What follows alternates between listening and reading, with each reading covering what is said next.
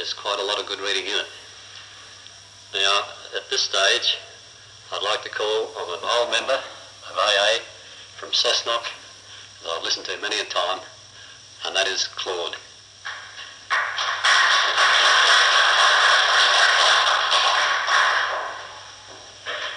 Well, I was going to say good night, but it's good afternoon. Good afternoon, friends. Well, before I start, I'd like to congratulate Singleton on their 10th anniversary. I was here at them 10 years ago when this group started. I think Wendy was the chairman. I think there was 4 or 5 came from Cessnock this meeting that night. Well, I'm Claude and I'm an alcoholic. I won't give you my life story because I could go right through it bloody tomorrow morning. I drank for about 18 years and I got into that much strife that I lost everything. I had a good rock bottom. I went and saw my doctor. I wanted him to put me in a Morisset, but he told me no. He said, no way. He said, I can't put you in a Morisset, that I had too much responsibility. I had a home, I had a wife, and I had 8 kids to keep. Now, he said, wait a fortnight. Well, in that fortnight, I got into more bloody strife than Speed Gordon. My wife left me, and I got sacked. The college that I worked. And the day that I got sacked, I ended up with 4 charges. I had a blackout. At that stage, I was a blackout stage. I used to black out anything up to 6 or 8 hours. And I did the lock up in Cessnock from Easter Thursday to Saturday night.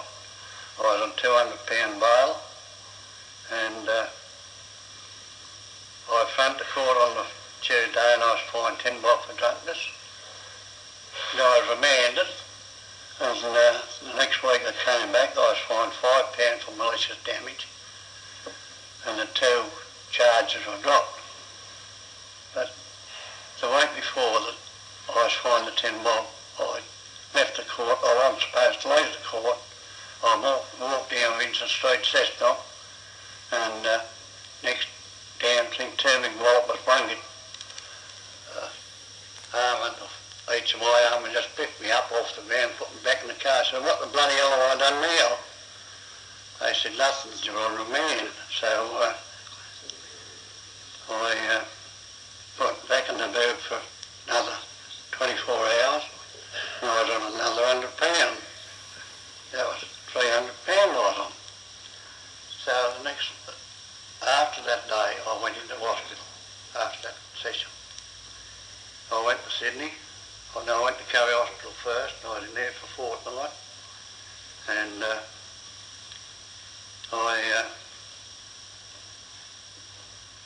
they didn't know what was wrong with me at Curry Hospital. I was overworked and had a breakdown. So they feed me up for treatment. I was going through to Sydney. They decided to send me through to Sydney, and they were going to send me down by the Cessnock Flyer. But they changed their mind. They thought I might have got on the grog, so they sent me down by ambulance to Sydney.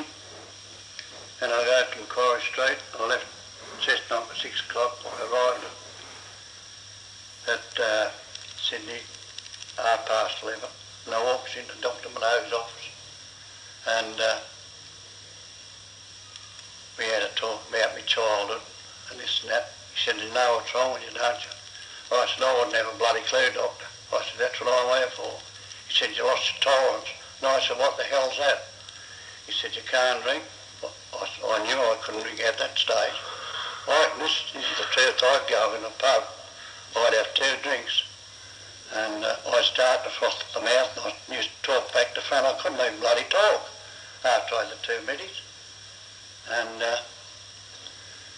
so he said, I'm going to give you treatment. So he sent me out to Hyderabad Private Hospital, and I was there for 3 weeks. And the day that the wife left, the family had a blue with me. They crowned me, and I got 7 stitches in the head. And I was in hospital. And so I've lost.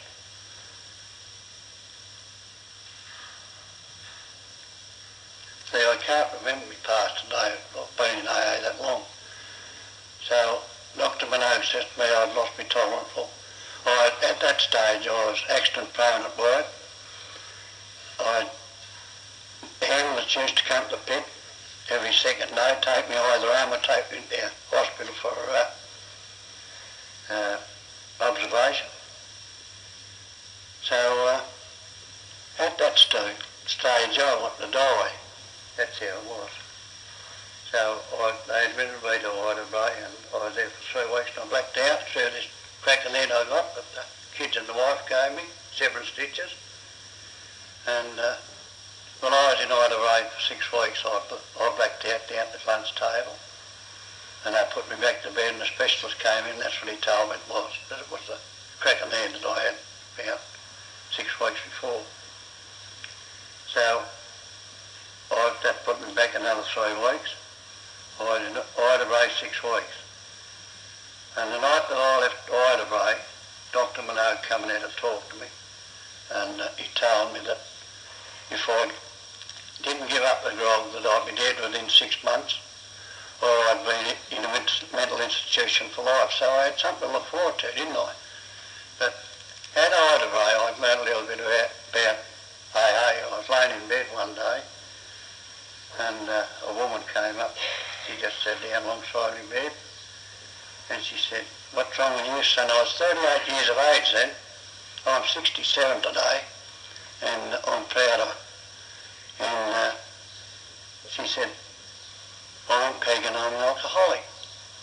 Well, that rang a bell straight away. I thought to myself, well, if she's an alcoholic, I'm in a alcoholic hospital, I must be an alcoholic too.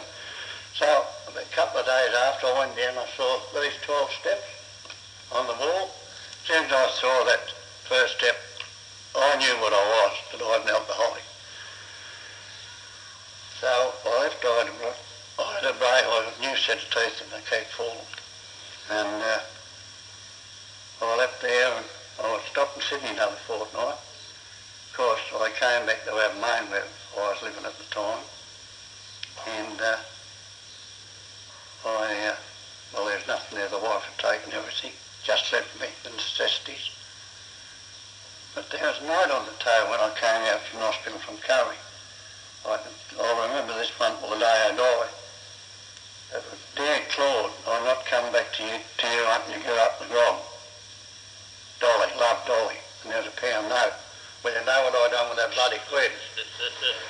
So, but I didn't know where my wife was.